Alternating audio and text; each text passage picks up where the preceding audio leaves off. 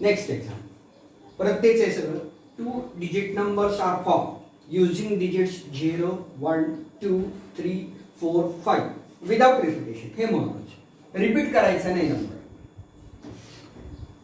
म्हणजे 11 नकोय, 0 0 नकोय, 2 2 नकोय, 3 3 नकोय, 4 4 नकोय आणि 5 5 नकोय. हे नंबर सगळे सोडून या ठिकाणी आपल्याला सेट तयार करायचा आणि नंतर मग एक एक इव्हेंट आपल्याला दिलेले त्या इव्हेंटचा या ठिकाणी आपण विचार करूया. आता पहिल्यांदा सॅम्पल स्पेस एस तयार करावं लागेल. S is equal to in a curly bracket. आता 0 2 डिजिट सांगितले त्यामुळे 0 1 0 2 0 3 0 4 0 5 आपल्याला चालणार नाही. 2 डिजिट म्हणजे पहिला नंबर कोणता असणार आहे? 10 असणार आहे. बरोबर आहे? 10. त्यानंतर 12, त्यानंतर 13, त्यानंतर 14 आणि त्यानंतर 15. म्हणजे 1 पासून सुरू असणारे हे सगळे नंबर आपण या ठिकाणी लिहिले. आता 2 पासून 21 22 चालणार नाही.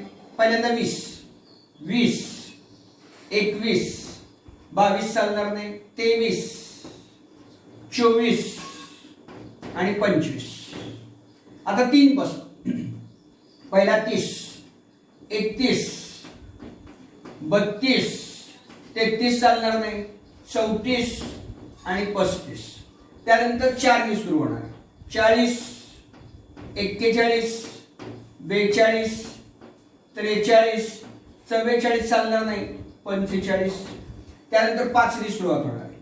50 51 52 53 आणि 54 55 चालणार नाही. मग आता याचे या ठिकाणी एन ऑफ एस किती झाले त्याचा विचार करा. N of S is equal to 1 2 3 4 5 5 1 5 5 2 10 5 3 15 5 24 5 5 25. N of S या ठिकाणी आपल्याला मिळाले 25. आता इव्हेंट ए चा विचार करूया. ए इव्हेंट काय सांगतो आपल्याला या ठिकाणी? The number form is a even number. यातले इवन नंबर्स फक्त आपल्याला या ठिकाणी घ्यायचे. Even number. So A is equal to in a curly bracket 10 12 14. Even number ज्याला 2 ने भाग जातो. 10 12 14. दुसऱ्या याच्यामध्ये 20 सोल्व करून द्यायला विसरते. 20 24. त्यानंतर तिसऱ्या याच्यातले 30 31 नाही 32 आणि 34. चौथ्या याच्यातले 40 नंतर 41 ते 42 43 आणि 45 ऑड नंबर आहेत ते घ्यायची गरज नाही. 50 त्यानंतर 52 आणि सगळ्यात शेवटचा नंबर 54. सगळे इवन नंबर्स या ठिकाणी आपण घेतलेले आहेत. मोजूया आता. 1 2 3 4 5 6 7 8 9 10 11 12 13. So N of A is equal to 13. N of A is equal to 13. नंतर आपल्याला काय सांगितले? माझ्याकडनं चुकून बी नंतर लिहिले गेलेले आहे पण पहिल्यांदा आपण बी घेऊया. बी काय म्हटलेले? The number form is divisible by 3. Divisible by 3. 3 नी भाग जाणारे नंबर पाहिजेत आपल्याला. बी हा इव्हेंट. मग आता 3 नी भाग जाणारे नंबर बघूया. 10 ला जात नाही, 12 ला जातो. त्यानंतर 13 ला जात नाही, 14 ला जात नाही, 15 ला जातो 3 नी भाग. त्यानंतर 20 ला जात नाही, 21 ला जातो. त्यानंतर 24 ला जातो. त्यानंतर पुढच्या याच्यामध्ये 3 नी 30 ला जातो. त्यानंतर 31 नाही, 32 नाही, 34 नाही, 35 नाही, 40 नाही, 41 नाही, 42 ला जातो. त्यानंतर 43 नाही, 45 ला जातो. त्यानंतर 50 ला जात नाही, 51 ला जातो.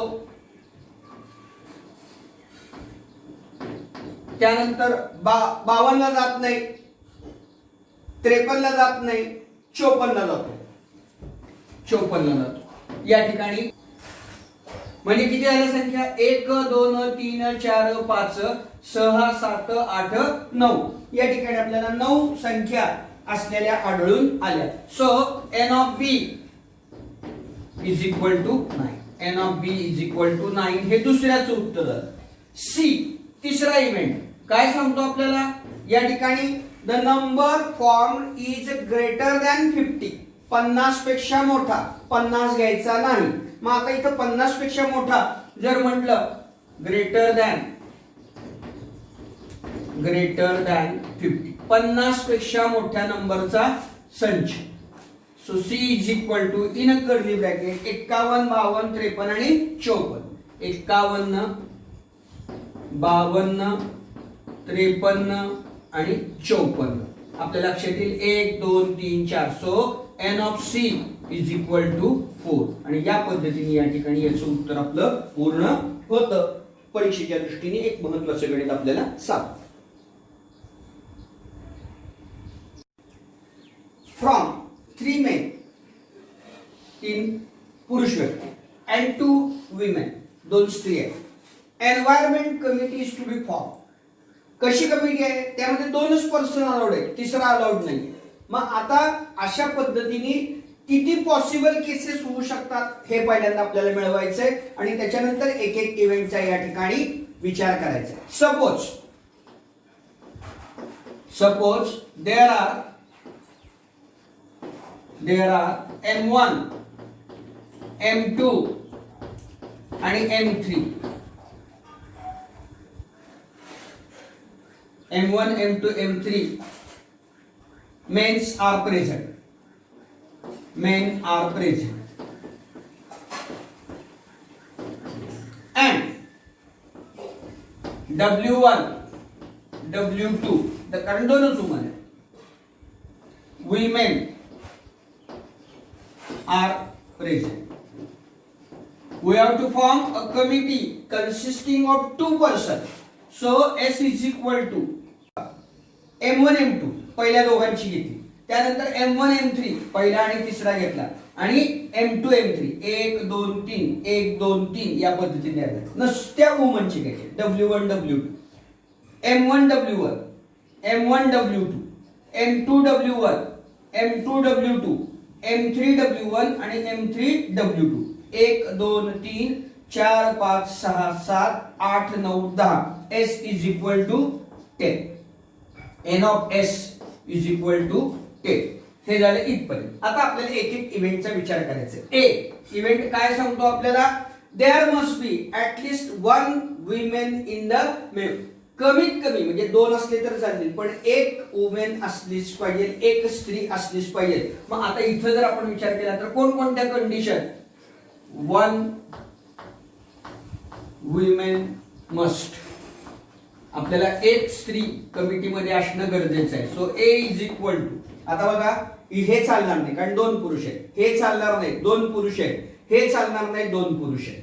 हे चालेल आपल्याला. हे पण चालणार नाही कारण 2 स्त्री आहेत. चालणार आपल्याला कारण मस्ट म्हणलेलं आहे ऍटलिस्ट म्हणजे हे चालणार. म्हणजे पहिली W1 W2 ऍटलिस्ट 1 वुमन 2 असले तर चालतात. त्यानंतर M1 W1 त्यानंतर M2 W2 त्यानंतर M2 W1 त्यानंतर M2 W2 त्यानंतर M3 W1 आणि शेवटची M3 W2 किती संख्या झाली याचा विचार करूया. कर्ली ब्रॅकेट पूर्ण करूया. 1 2 3 4 5 6 7. So n of a is equal to 7. n of a is equal to 7. अशा पद्धतीने a चं उत्तर मिळालं. बी काय सांगतोय या ठिकाणी आपल्याला 1 man 1 woman 1 man 1 woman. 1 स्त्री आणि 1 पुरुष कंपल्सरी पाहिजेतच. म्हणजे आता हे चालणार नाही आपल्याला, हे चालणार नाही, हे चालणार नाही कारण इथं फक्त पुरुष आहेत, इथं पुरुष आहे, इथं पुरुष आहे, इथं स्त्री आहे. म्हणजे 1 2 3 4 या केसेस आता आपल्याला चालणार नाही. म्हणजे आता केस कोणती येईल? पहिली M1 W1 M2 W2 त्यानंतर M2W1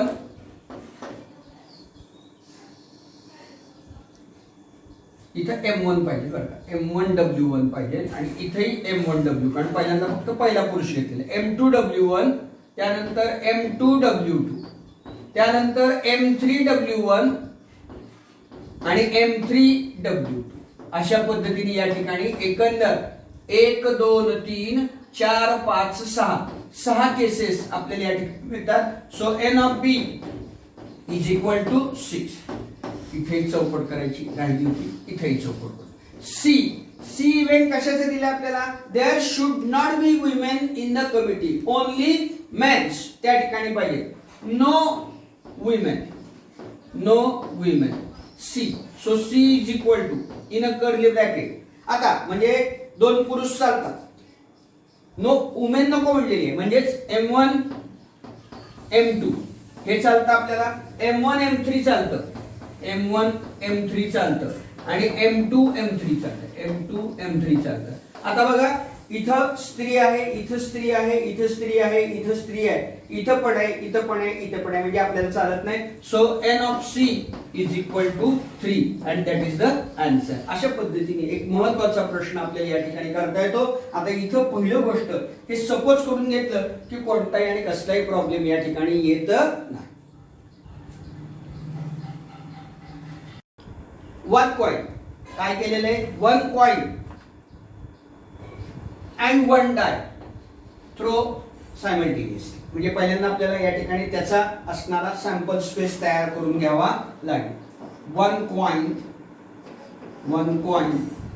and 1 die. आता 1 coin जर म्हणलं तर आपल्याला या ठिकाणी काय येणार? H आणि T येणार. 1 die जर म्हणलं तर आपल्याला काय येणार? 1 2 3 4 5 आणि 6. म्हणजे H1 H2 अशा पद्धतीने H6 पर्यंत येणार. T1 T2 अशा पद्धतीने T6 पर्यंत या ठिकाणी येणार. त्यामुळे sample space S is equal to H1 H2 H3 H4 H5 H6 T1 T2 T3 T4 T5 and T6.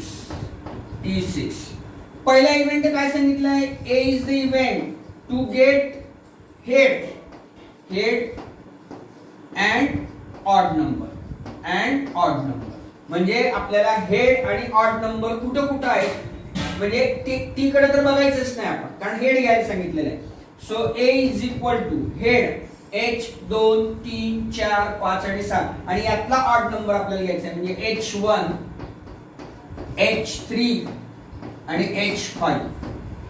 या पद्धतीने या तीनच या ठिकाणी पॉसिबल आउटकम असतील. So N of A is equal to 3. पहिल्या इव्हेंटचं उत्तर आलं इतकं. त्यानंतर हे पुसतोय मी, याची काही गरज नाहीये. बी काय दिलेला इव्हेंट आपल्याला? To get head or tail. आपल्याला हेड पण चालेल और टेल पण चालेल, प्लस अजून काय दिलेलं आहे? And even number. So B is equal to, आता पहिल्यांदा हेडचे असणार घेऊया. H2 कारण हेड पण आहे, इवन नंबर आहे. H4 H6 H2 H4 H6 आणि टी चं काय येईल? त्याच पद्धतीने T2 T4 आणि T6. म्हणजे N ऑफ B या ठिकाणी काय येईल? 6. या पद्धतीने दुसरं उत्तर या ठिकाणी आपल्याला मिळेल. सी बघ काय दिलेलं आहे? Number of upper face is greater than 7. 7 पेक्षा मोठा, ग्रेटर दॅन 7 आणि काय म्हणतात ते परत? And tail. आता जर आपल्या डायवर मॅक्झिमम आकडा 6 असेल तर 7 येणं शक्य नाही. तर म्हणून C इज इक्वल टू, या ठिकाणी आपण मागच्या वर्षी पाहिलेलं आहे की ज्या संचामध्ये कोणताही घटक नसतो त्या संचाला नल सेट असं म्हटलं जातं. तो C is equal to null set. आणि ज्यावेळेला n ऑफ C आपण लिहितो त्यावेळेला त्याचं उत्तर 0 असतं, कारण त्या संचामध्ये कोणताही घटक नाही. त्याला आपण मागच्या वर्षी नल सेट किंवा मराठीमध्ये रिक्त संच असं म्हटलेलं होतं. हे सुद्धा गणित या ठिकाणी महत्वाचं आहे. हे गणित एवढ्यासाठी महत्वाचं आहे की बरेच विद्यार्थी या ठिकाणी चुकतात आणि या ठिकाणी चुकत असल्यामुळे, आणि इथं तुम्ही इज इक्वल टू 5 लिहिलं तरी कुणी तुम्हाला चूक देणार नाही. आणि इथं मुलांची कन्फ्युजन होतं, आता N of C is equal to काय लिहायचं. जर तिथं काही घटकच नाही आहे तर एन ऑफ सी आपण 0 लिहिणं गरजेचं आहे. याच्यामध्ये कोणत्याही प्रकारचं कन्फ्युजन होऊ द्यायचं नाही. Now consider the last point, that is the probability of event. Before going to that concept, we take an example. Let us think a bag having 4 balls of same size. 3 of them, याचं bifurcation कसं केलं बघा. 3 of them are white and remaining one or 4th ball, one is black. You are supposed to pick, तुम्हाला सांगितलंय की या 4 पैकी एक बॉल ऍट रॅन्डम बॅग न उघडता हात घालून तुम्हाला काढायला सांगितलेलं आहे. Then obviously possibility of getting white ball is more. आता समजा बॅग मध्ये अशा पद्धतीने 4 बॉल दिलेले असतील, 3 व्हाईट असतील, 1 ब्लॅक असेल आणि बॅग तुम्हाला बघायचं नाहीये आतमध्ये बॅग मध्ये काय आहे, फक्त हात बॅग मध्ये घालायचे आणि चेंडू काढायचे. नॅचरली 100% म्हणत नाही मी, पर्सेंटेज व्हाईट बॉल येण्याचं जास्त आहे, कारण 3 व्हाईट बॉल आहेत आणि एकच ब्लॅक बॉल आहे आणि हे सगळे बॉल हे सेम साईजचे या ठिकाणी आहेत. त्यामुळे आपल्याला बॉल घेताना आपल्याला ते लक्षात येणार नाही, साईज कमी जास्त नसल्यामुळे सगळेच बॉल आपल्याला सारखे दिसणार. म्हणजे possibility of getting white ball is more than black ball. याचा अर्थ ब्लॅक बॉल येणार नाही असं नाही, परंतु पॉसिबिलिटी जास्त आहे. then obviously possibility of getting white ball is more than black ball. In mathematics, when possibility of an expected event is expressed in numbers, शक्यता ही ज्यावेळेला आपण नंबर मध्ये या ठिकाणी सांगतो की 50% मी येऊ शकतो, शक्यता नंबर मध्ये सांगितली की त्याला प्रोबॅबिलिटी म्हटलं जातं. बघा, मी तुझ्याकडं 50% येऊ शकतो म्हणजे येण्याची शक्यता माझी 50% म्हणजे 50% मला जर काही काम असेल तर मी येऊ शकणार नाही. वेन पॉसिबिलिटी कशामध्ये एक्सप्रेस केली, नंबर मध्ये. 50% हा नंबर झाला. When possibility of an expected event is expressed in number, then it is called as a probability. It is expressed as a fraction or percentage. आता इथं फ्रॅक्शन 1/2 असंच केलं जातं, 0.5 असं केलं जात नाही. प्रोबॅबिलिटी एक्सप्रेस करताना एकतर ती इन टर्म्स ऑफ फ्रॅक्शन किंवा पर्सेंटेज मध्ये या ठिकाणी एक्सप्रेस करायची आहे. डेसिमल मध्ये ती कुठल्याही परिस्थितीमध्ये एक्सप्रेस करायची नाही. याच्यावर आधारित एमसीक्यू प्रश्न विचारला जातो, प्रॉब्लेम सेट मध्ये आहे, त्यावेळेला मी याचे डिटेल मध्ये तुम्हाला सांगेन. फक्त लक्षात ठेवायचं की प्रोबॅबिलिटी एक्सप्रेस करत असताना आयदर ती फ्रॅक्शन मध्ये और पर्सेंटेज मध्ये एक्सप्रेस करायची, दुसऱ्या कोणत्याही मार्गाने ती प्रोबॅबिलिटी एक्सप्रेस करायची नाही. आता या सगळ्याचा अर्थ काय झाला, if S is a sample space, इथं काय झाला, सॅम्पल स्पेस 4 झाला, कारण 3 व्हाईट आहेत, 1 ब्लॅक. आपल्याला इव्हेंट काय दिलेला आहे की कोणते चेंडू काढायचे आहेत, व्हाईट बॉल काढायचे आहेत. म्हणजे एस काय आला या ठिकाणी, या उदाहरणांचा जर विचार केला तर S is equal to white white white आणि ब्लॅक. 1 2 3 4 म्हणजे N of S is equal to किती आला, 4. A is the event of getting white ball.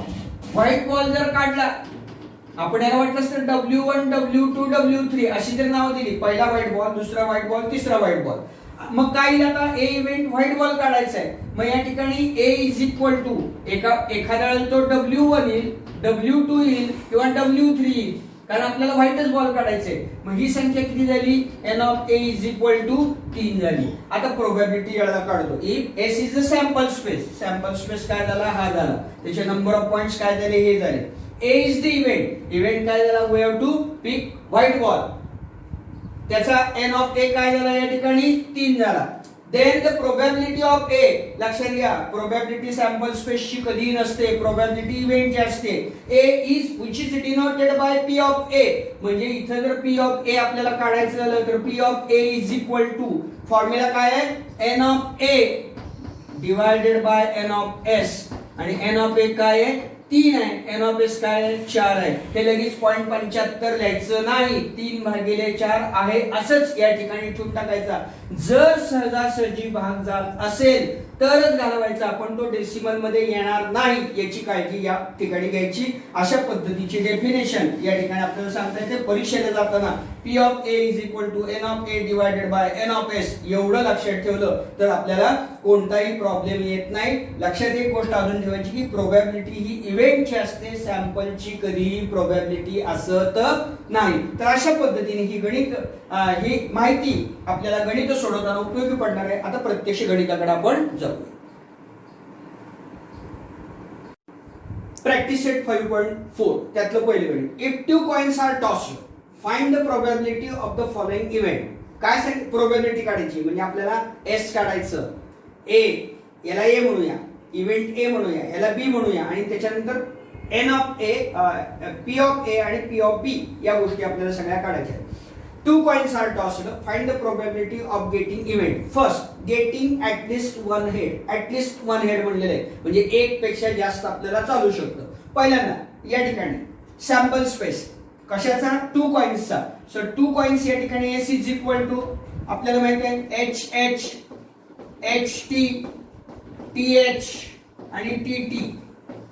So n of S is equal to 4. A याला पहिल्याला A म्हणूया. A event काय सांगतो तो आपल्याला? At least one head.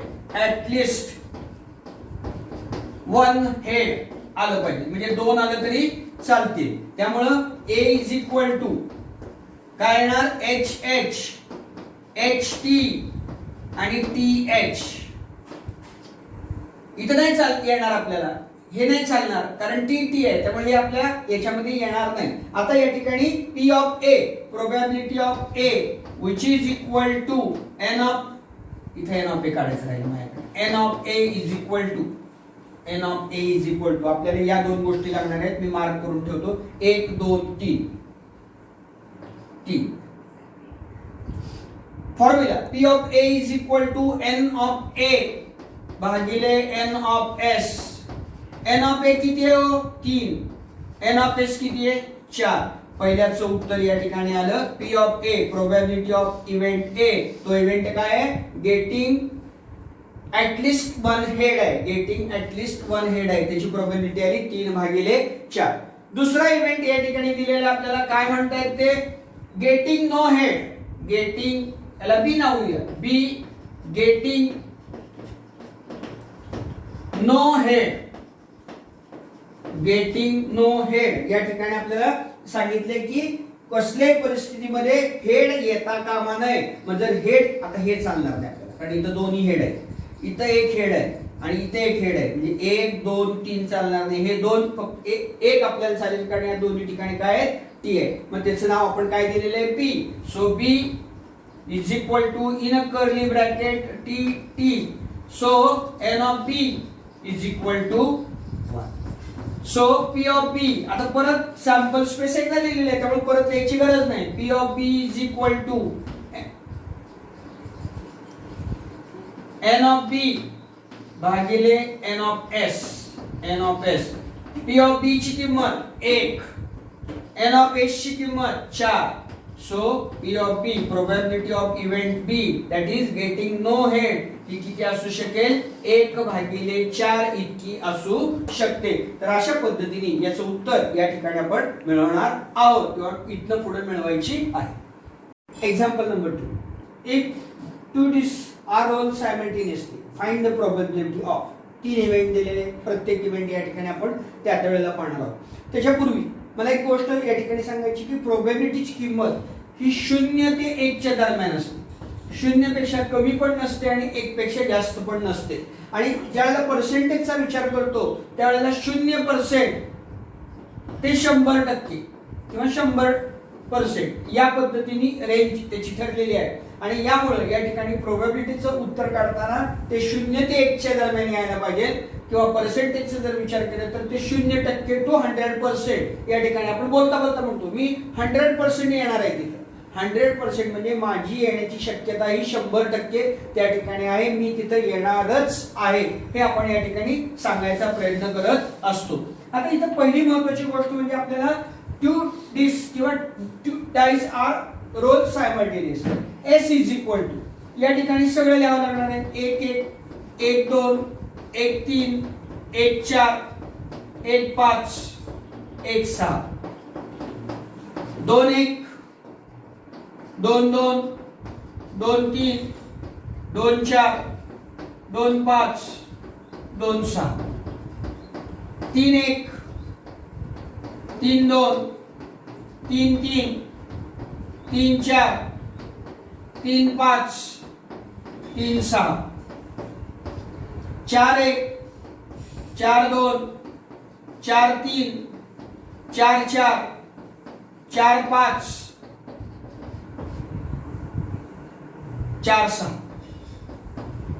5 1 5 2 5 3 5 4 5 5 आणि 5 6 6 1 6 2 6 3 6 4 6 5 आणि 6 6 या पद्धतीने आपल्याला माहिती आहे की येणाऱ्या एकूण ज्या इव्हेंट पॉइंट आहेत एलिमेंट आहेत ते n of s is equal to 36 या पद्धतीने बदल काही त्याच्यामध्ये नाही.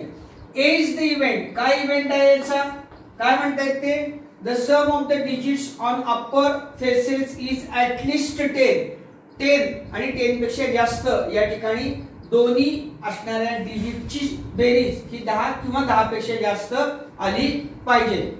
सम किती ॲटलिस्ट 10. मग आता 10 बेरीज असणारे कोणकोणते आहेत त्याचा विचार या ठिकाणी करूया. आता पहिल्या याच्यामध्ये जास्तीत जास्त 7 काही उपयोग नाही. दुसऱ्या याच्यामध्ये जास्तीत जास्त 8 काही उपयोग नाहीये.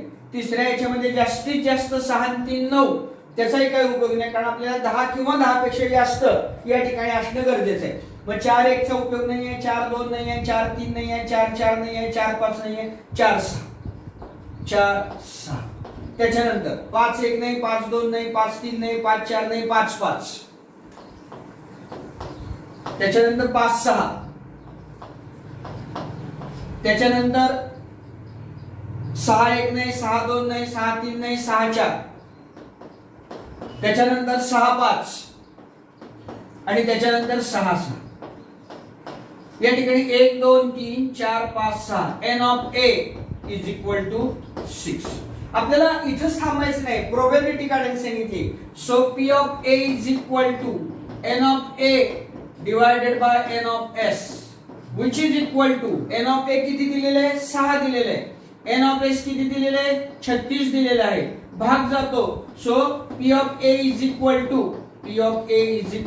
1 डिवायडेड बाय 6 हे उत्तर आपल्याला या ठिकाणी चालतं. मी तुम्हाला मगाशी सांगितलं होतं की संक्षिप्त रूप द्यायचं पण ते अपूर्णांकात येणार नाही, डेसिमल पॉइंट मध्ये येणार नाही याची प्रत्येकाने या ठिकाणी काळजी घ्यायची आणि अशा पद्धतीने या ठिकाणी पहिलं उत्तर या ठिकाणी आपल्याला मिळतं. दुसरा इव्हेंट काय सांगितलं आता पहिल्याचा विषय संपला. दुसरा इव्हेंट काय सांगितलेला आहे the sum of digit on upper face is 33 sum 33.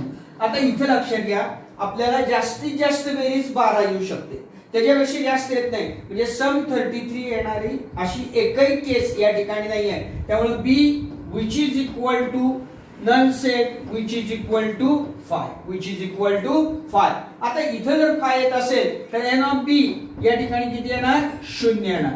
जर n ऑफ b 0 असेल तर p ऑफ या ठिकाणी p probability of event b which is equal to n of b divided by n of s and which is equal to 0 divided by 36 and which is equal to 0 या पद्धतीने उत्तर येतं. मी तुम्हाला मला सांगितलं होतं की 0 ते 1 पर्यंतचं उत्तर या ठिकाणी येतं.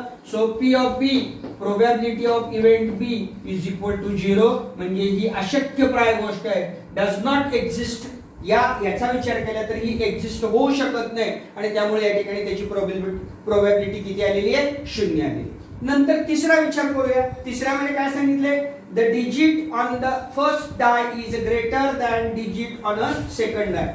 पहिल्या डायवरचा नंबर हा दुसऱ्या डायवर असणाऱ्या नंबर पेक्षा मोठा पाहिजे. मग ते कसं लिहिता येईल आपल्याला, त्याचा विचार करूया. या ठिकाणी सी काय म्हणता येते, on first die is greater than number on first die is greater than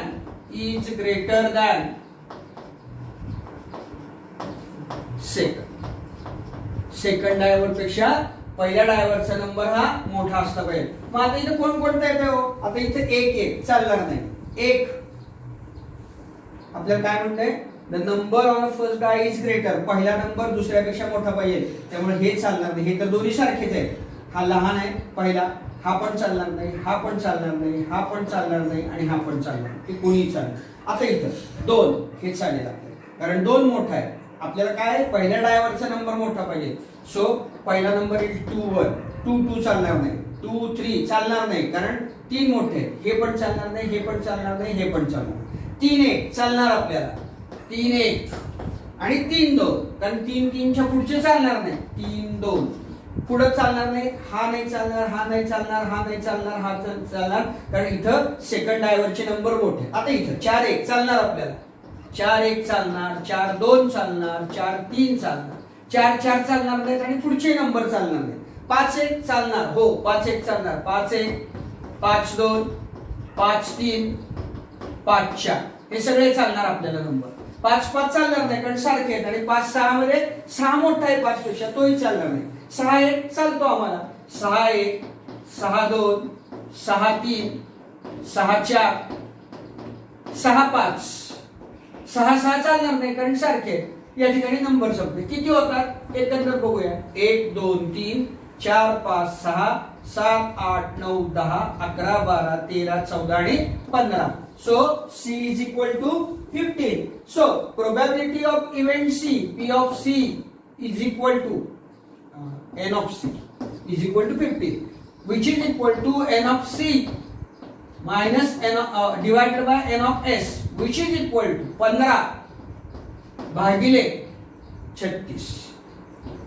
15 भागिले 36. आणि या ठिकाणी जर भाग घालू असेल तर 3 भाग जातो, 3 5 15, 3 1 3 आणि 3 2 6.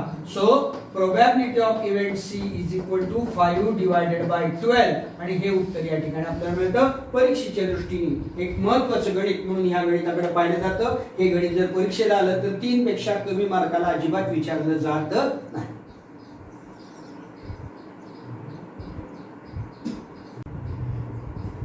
Example number 3. There are 15 tickets in a box, each bearing one of the number from 1 to 50. One ticket is drawn at random from the box. Find the probability of the event that the ticket is drawn. First, the number must be even number, and second, the number must be multiple of 5. काय केलेलं आहे, एक box दिलेले आहे, त्या box मध्ये 15 या ठिकाणी तिकीट दिलेले आहे आणि त्या प्रत्येक तिकिटावर 1 पासून 15 पर्यंतचे नंबर दिलेले आहेत. आपल्याला अशा पद्धतीची प्रोबॅबिलिटी विचारली की जर आपण काढलेलं तिकीट यामध्ये इवन नंबर आला आणि दुसरं आपण काढलेलं तिकीट हे 5च्या मल्टिपल मध्ये असेल तर त्यावेळेला या ठिकाणी त्यांची प्रोबॅबिलिटी शक्यता किती असं आपल्याला विचारलेलं आहे. So S is equal to किती नंबर आहेत 1 ते 15, 1 2 3 4 5 6 7 8 9 10 11 12 13 14 आणि 15. So N of S is equal to 15. A is the event. कशाचा इव्हेंट आहे तो इवन नंबरचा. इवन नंबर जर इवन नंबर आपल्याला यावे असं वाटत असेल तर काय काय होऊ शकतं ए मध्ये या ठिकाणी 2 4 6 8 10 12 आणि 14 1 2 3 4 5 6 आणि 7 so n of a is equal to 1 2 3 4 7 so probability of a is equal to event a चा sample space divided by n of s which is equal to 7 divided by 15 so p of a is equal to 7 divided by 15 हे पहिल्याचं उत्तर या ठिकाणी आपल्याला आलेलं आढळून येईल. दुसऱ्याचं उत्तर द नंबर मल्टिपल ऑफ 5 येणारा नंबर तिकिटावरचा हा मल्टिपल ऑफ 5 असला पाहिजे. So B number must be multiple of 5. त्यामुळे बी काय येईल या ठिकाणी 5 किंवा 5 च्या पटीत. यामध्ये आपल्याकडे काय आहे या ठिकाणी 5 आहेत सॅम्पल स्पेस मध्ये बघायचं 10 आहेत आणि 15 आहेत. त्यामुळे n of b is equal to 3. probability of event b is equal to n of b divided by n of s कारण दोन्हीचं सॅम्पल स्पेस एकच आहे. त्यामुळे 3 भागिले n of s 15. So P of B is equal to 3 K 3 3 5 15 1/5 1 divided by 5 and that is the answer. हा जर तुम्हाला यामध्ये problem वाटत असेल तर जिथे जिथे n of s काढलेले आहे तिथे तिथे अंडरलाईन करून ठेवा म्हणजे आपल्या लक्षात येईल की आपल्याला काय एक्झॅक्ट घ्यायचंय. अशा पद्धतीने केलं तर या ठिकाणी कुणीही तुम्हाला चूक पडणार नाही. या पद्धतीने लक्षात राहत असेल तरी या ठिकाणी असं केलं तरी रेषा मारल्या तरी चालू शकतं. तर आणि अजून एक गोष्ट मला सांगायची होती ती पण सांगतो. जर समजा तुम्हाला परत सोल्युशन्स लिहायचे असतील किंवा त्याला जर मार्क असेल तर सोल्युशन्स पाहिल्याची तर P of A event P of A चे प्रोबॅबिलिटी 7 डिवायडेड बाय 15 आणि पी ऑफ बी ची असं जरी लिहिलं तरी चालेल आणि कुणी याला ऑब्जेक्शन घेणार नाही. अशा पद्धतीने इथपर्यंत उत्तर लिहिलं तरी चालू शकेल. लिहिताना मात्र आपल्याकडनं गडबड होणार नाही याची काळजी घ्यायची.